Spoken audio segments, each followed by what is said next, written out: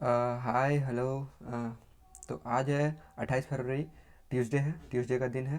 और चलिए आज का pre market analysis video bank Nifty का स्टार्ट करते हैं।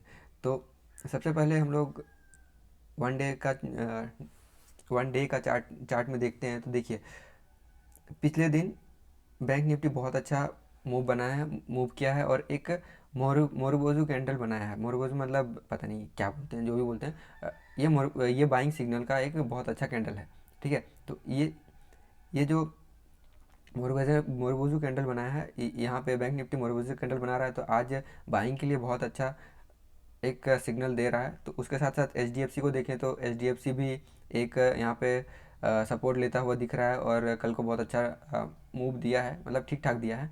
ठीक है। और इससे पहले एच डी एफ सी ही बैंक निफ्टी को नीचे लेके आया था, तो उसके बाद यहाँ पे सपोर्ट ले रहा है, तो ठीक है, ये भी है। उसके साथ साथ आईसीआईसीआई को देखें तो ये बहुत ही अच्छा कैंडल बनाता है और पिछले दिन आईसीआईसीआई ही बैंक निफ्टी को ऊपर लेके गया है। मेनली आईसीआईसीआई ही बैंक निफ्टी को ऊपर लेके गया है। और ये हम लोगों ने इसके बारे में बात किया था, जो ये जो ट्रेंड लाइन बना रहा था, उसके ऊपर जाने के बाद ये कभी नीचे आया ही नहीं है। उसको क्रॉस ही नहीं किया। बैंक निफ्टी भले नीचे गया हो, लेकिन ये क्रॉस नहीं किया था इस ट्रेंड लाइन को। तो उस ट्रेंड लाइन को नीचे, इसलिए शायद ये बहुत ज़्यादा ऊपर चला गया पिछले दिन। ठीक है। और उसके बाद फिर एक्सिस बैंक को देखिए तो एक्सिस बैंक ठीक है, ऊपर की तरफ ही जा रहा है। ये इस कैंडल्स का मुरबुजू कैंडल बनाने के बाद ये ऊपर की तरफ ही जा रहा है, ये भी ठीक है। एक्सिस बैंक भी पॉजिटिव है। फिर एसबीआई भी पॉजिटिव है। ठीक है। और फिर कोटक कोटक भी देखिए बहुत ही अच्छा पिछले दिन मूव दिया है। ठीक है। फिर इंडसइंड यहाँ पे थोड़ा सा, मतलब क्या बोलते हैं, अ, कोई डायरेक्शन नहीं है इसका, मतलब अभी कोई ऐसा कैंडल बना नहीं है जिसमें बाइंग सिग्नल हो सके। ठीक है। पर उससे पर फिर क्या, हम लोग तो पिछले दिन क्या हुआ उसके बारे में थोड़ा बात करते हैं। ठीक है। तो पहले 5 मिनट का कैंडल में देखिए, पिछले दिन हम लोगों ने ये सपोर्ट हम लोगों ने देखा था। 39,800 का सपोर्ट था। 39,800 का पहला कैंडल नीचे गया और इसको चेक करना चाहिए था। उसको चेक करने के बाद, उसको चेक किए बिना ही ये बहुत ज़्यादा ऊपर चला गया। और इसको ऊपर जाने का मेन कारण था आईसीआईसीआई बैंक। आईसीआईसीआई बैंक को देखेंगे तो ये देखिए, गैप डाउन ओपन हुआ और गैप डाउन ओपन होने के बाद सीधा ये ऊपर के ऊपर ही चला जाने लगा। बहुत ज़्यादा बाइंग हुई है आईसीआईसीआई बैंक में, बहुत ज़्यादा बाइंग है। उसी के कारण जो एच बैंक जो नेगेटिव था, एच बैंक को देखेंगे तो जो वो नेगेटिव की तरफ जाने की कोशिश कर रहा था और वही बैंक निफ्टी को नीचे भी लाया था, वो और नेगेटिव जाने की कोशिश कर रहा था। तो वो भी आईसीआईसीआई बैंक का, जो ये बैंक निफ्टी को ऊपर ले जाने के कारण एच बैंक भी उसके साथ साथ ऊपर चला गया। और उसके देखेंगे तो एच बैंक उतना ज़्यादा ऊपर नहीं गया था, लेकिन उसके बाद फिर से वो नीचे आया और यहाँ से उसको जब लोअर को जब क्रॉस नहीं किया तो फिर से यहाँ पे बाइंग हुई और फिर से यहाँ पे रुकने लगा। ठीक है। और वैसे ही बाकी एक्सिस बैंक में भी हुआ था और कोटक में भी हुआ था। ठीक है। एसबीआई में उतना ज़्यादा बाइंग नहीं हुआ था। ठीक है। तो बैंक निफ्टी ये ऊपर के साइड गया, पर यहाँ पे हम लोगों ने कोई ट्रेड नहीं बना। यहाँ पे कोई ट्रेड बन सकता था पर मैंने नहीं लिया था। यहाँ पे कंसोलिडेट करने के बाद सीधा ऊपर चला गया। उसके बाद यहाँ देखने वाली बात ये है, जैसे कि हम लोगों ने बोला था कि ये एक सपोर्ट एरिया था 4150 का। 4150 का एक रेजिस्टेंस था। तो इस रेजिस्टेंस को देखेंगे तो यहाँ पे एक इनसाइड कैंडल बनाया और उस इनसाइड कैंडल के अंदर ही 5 से 10 मिनट तक रुके रहा और उसके बाद एक मूव दिया था 100-150 पॉइंट का ऊपर के साइड। और उसके बाद हम लोग पिछले दिन जो फ्राइडे के दिन यहाँ पे यही इसी जगह से सेलर्स, कॉल राइटर्स यहीं से एक्टिव हुए थे इस जगह से। और हम लोगों ने पिछले दिन ही बात किया था कि यहाँ पे इस जो कॉल राइटिंग हुई है उस चीज़ को हम लोग को पार करने में बहुत दिक्कत होगा, क्योंकि बहुत सारे कॉल राइटर्स तब तक नहीं डरेंगे जब तक इसके ऊपर ना चला जाए। तो भले आईसीआईसीआई बैंक उन लोगों का काम खराब किया, क्योंकि आईसीआईसीआई बैंक बहुत तेज़ी से ऊपर गया और उस बैंक निफ्टी को इस जो रेजिस्टेंस था उस रेजिस्टेंस को तोड़वा दिया। लेकिन फिर भी जो यहाँ से उसके बाद यहाँ तोड़ने के बाद बहुत सारे जो कॉल राइटर्स फिर से एक्टिव हुए। वो बैंक निफ्टी को नीचे ले जाने की पूरे दिन भर कोशिश की, लेकिन बाइंग हो ही रहा था इंडिविजुअल स्टॉक्स पे। आईसीआईसीआई, एचडीएफसी, हर जगह फिर से बाइंग शुरू हुई और उसके कारण वो नीचे ले जाने में कभी कामयाब ही नहीं हुए। और फिर देखेंगे कि देखिए लास्ट 15 मिनट में 3 बजे के बाद जब वो पूरा दिन भर कामयाब नहीं हुए उसको नीचे ले जाने में, तब उन्होंने हाथ, मतलब अपना राउंड ऑफ करने लगे, स्क्वायर ऑफ करने लगे, और स्क्वायर ऑफ के कारण देखिए सीधा बैंक निफ्टी यहाँ 100-150 पॉइंट सीधा वन में मूव दिया है, और इसको जो अपना जो सपोर्ट था, मतलब रेजिस्टेंस था, उस रेजिस्टेंस को भी तोड़ के उसके जगह तक पहुंच गया है। तो इससे हम लोग को क्या क्या क्या समझ में आ रहा है कि मतलब देखिए, जो हम लोग का फ्राइडे का सेशन में जो भी कॉल राइटिंग हुई थी वो सारे निकल चुके हैं, लगभग लगभग पूरे के पूरे निकल चुके हैं। तो अब वो जो रेजिस्टेंस था वो रेजिस्टेंस अब यहाँ पे है नहीं उतना, ठीक है। अब और ऊपर से उसके बाद यहाँ पे नीचे में बहुत सारे पुट राइटिंग भी हो गई होगी, बहुत सारे पुट राइटिंग हुए होंगे। तो अब नीचे के साइड में बहुत सारे सपोर्ट हैं और ऊपर जाने का बहुत ज़्यादा चांसेस है।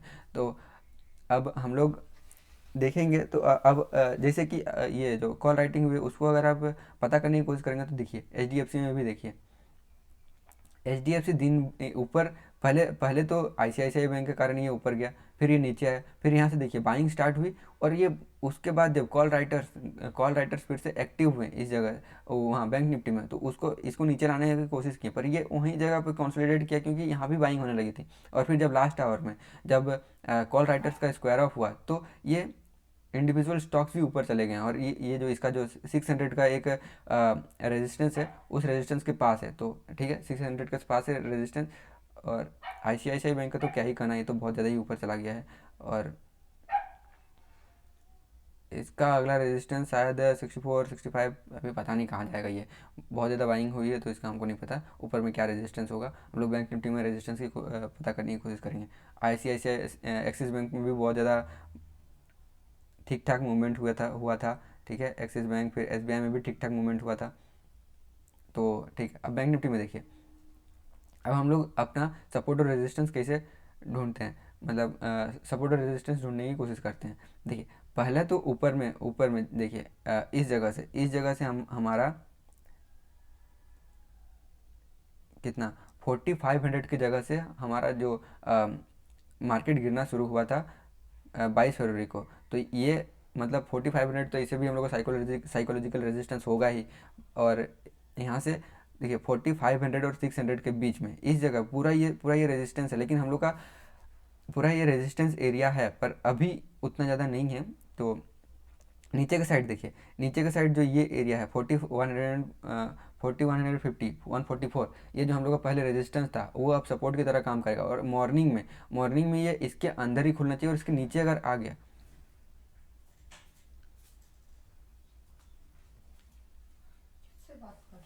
अरे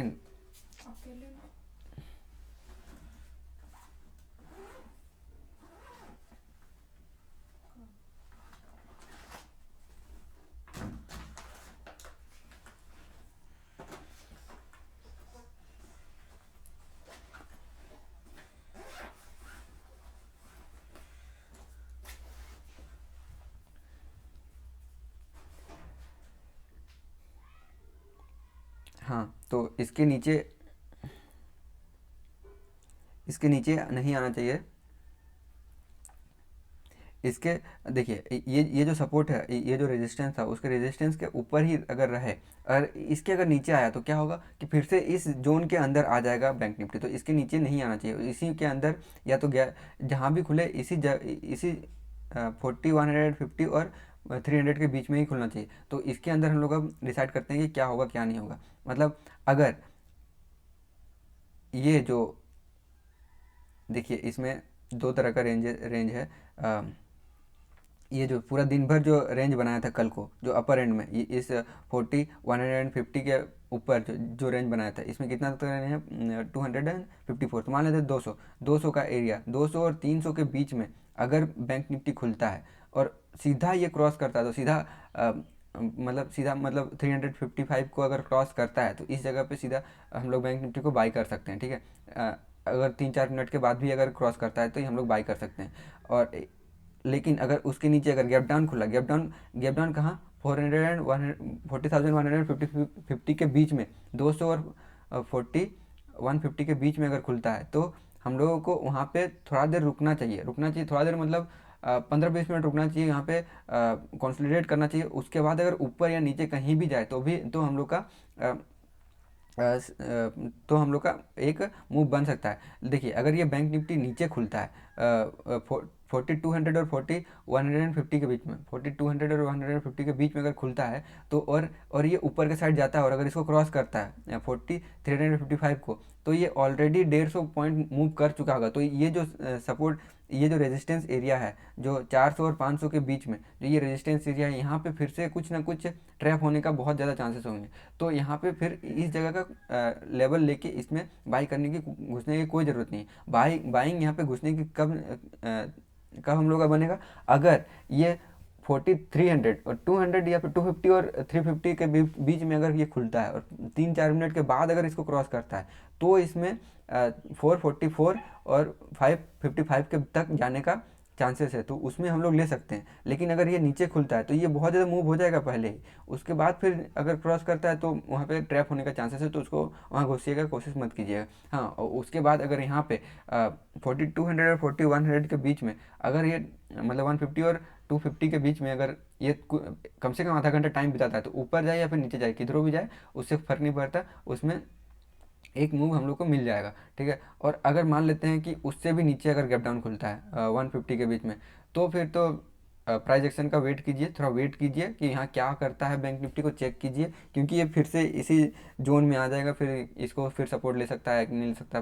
फिर हो सके तो शांत रहिए, हम तो उसमें ट्रेड नहीं करने वाले हैं। और उसके बाद अगर अगर ये गैप अप ओपन हो गया, गैप अप ओपन हुआ कहाँ तक, 550 के बीच में ही अगर गैप अप ओपन होता है, ठीक है, और उसका अगर विग जो नीचे के साइड में है, पहला कैंडल का विग अगर उतना पूरा इसको अगर टच नहीं करता, उसका नीचे नहीं हो, पूरा गैप दिखना चाहिए, और उसके बाद कोई ऐसा प्राइस एक्शन बनाता है जिसमें नीचे की साइड हो, तो बहुत अच्छा एक फास्ट मूव दे सकता है। अगर ऐसा कुछ नहीं है, फिर से नीचे आने के बाद 1-2 मिनट का कैंडल के बाद ही ऊपर अगर चला गया हो, तो सीधा प्राइस एक्शन का देखिए। प्राइस एक्शन में अगर कोई ऐसा 500 का अगर सपोर्ट, मतलब 500 का अगर कोई हैमर कैंडल या फिर सपोर्ट ऐसा कुछ बना रहा हो, कुछ देर अगर वेट करता है, कुछ देर 15-20 मिनट अगर वहाँ पे कंसोलिडेट करता है और ऊपर की साइड जाता है, तो बहुत अच्छा उधर भी बन सकता है, एक अच्छा मूव बन सकता है। उतना भी ज़्यादा नहीं बनेगा, तो सबसे बेस्ट मूव ये रहेगा कि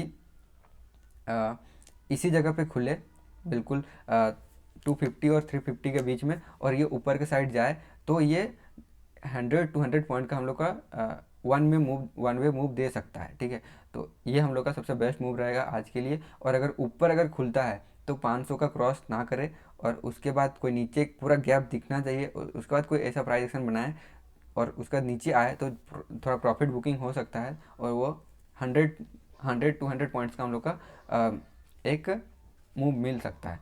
तो ये था। और बाइंग आज, क्योंकि पिछला दिन में बहुत ज़्यादा बाइंग हुई, तो आज हम लोग का बेस्ट मूव यही है कि इस जगह पे खुले और ये ऊपर की तरफ जाए। तो ये था आज का। और अगर बहुत ज़्यादा नीचे अगर बैंक निफ्टी खुल जाता है तो प्लीज़ मत कीजिएगा आज को, ट्रेड मत लीजिएगा, देखिएगा कि कैसा मूव करता है, क्योंकि फिर से ये कंसोलिडेट करेगा, फिर से उसी जगह पे फंसने का चांसेस है। और ये बहुत ज़्यादा अगर ऊपर भी जाए ना, तो नीचे के साइड का तो 500 से अगर ऊपर रहे, तो कोशिश कीजिएगा कि प्राइस एक्शन बनने दीजिए, उसके बाद ही ट्रेड लीजिएगा, क्योंकि पहले तो बहुत ज़्यादा मूव कर चुका होगा अपवर्ड मूव, उसके बाद इतना ज़्यादा मूव करने के बाद जो इंडिविजुअल बायर्स हैं, जो इंडिविजुअल कंपोनेंट के बायर्स हैं, वो भी सोचेंगे कि आज का मूव तो हो गया है। जो ट्रेडर्स हैं, जो इंडिविजुअल ट्रेडर्स हैं, इंडिविजुअल कंपोनेंट ट्रेडर्स हैं, वो भी नहीं आएंगे।